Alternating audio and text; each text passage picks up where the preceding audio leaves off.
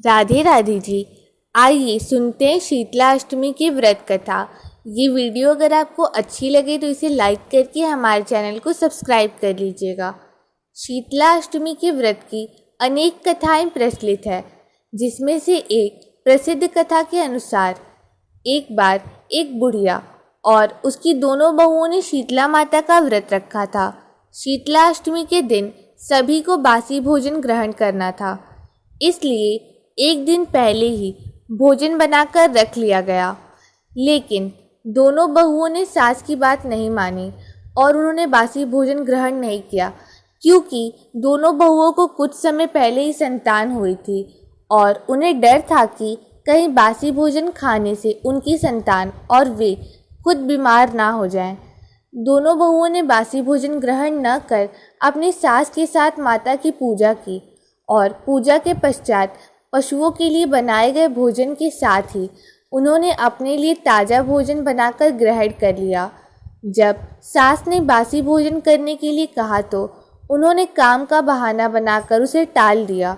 उनके इस कृत्य से माता कुपित हो गई और उनके नवजात शिशुओं की अचानक मृत्यु हो गई। सास को जब पूरी कहानी पता चली तो उसने दोनों बहुओं को घर से निकाल दिया। दोनों अपने बच्चों के शवों को लिए जा रही थी।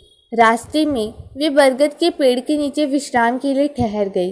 वहीं ओरी और शीतला नामक दो बहनें भी थीं, जो सिर में पड़ी जुओं से बहुत परेशान थी। बहुओं को उनकी स्थिति देख उन पर दया आ गई और उनकी मदद कर उन्होंने उन बहनों के सिर से जुए निकाले, जिससे उन्हें कुछ देर में चैन मिल गया। उन बहनों ने बहुओं को आशीष दिया कि तुम्हारी गोद हरी हो जाए। तब बहुओं ने कहा कि हरी भरी गोद ही लुट गई।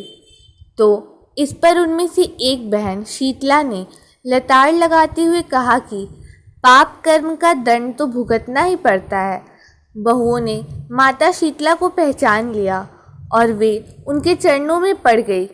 उन्होंने क्षमा याचना की।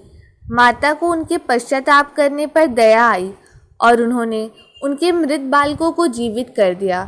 तब दोनों बहुएं खुशी खुशी गांव लौट आई।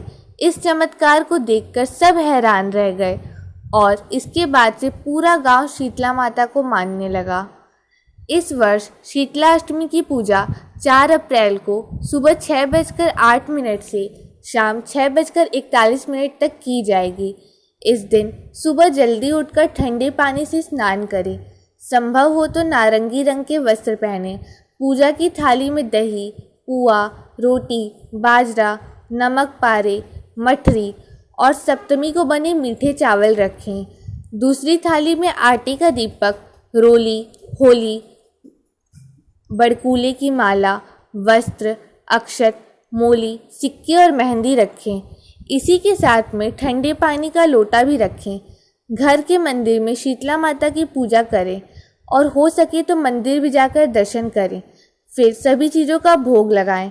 घर में पूजा अर्चना करने के बाद शीतला माता के मंदिर में जाकर पूजा अर्चना करें।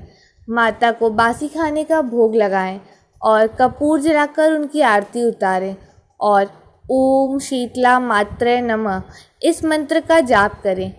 इस दिन नीम के पेड़ में जल चढ़ाने की भी परंपरा है। अंत में होलिका दहन जहाँ हुआ था वहाँ पर पूजा करें।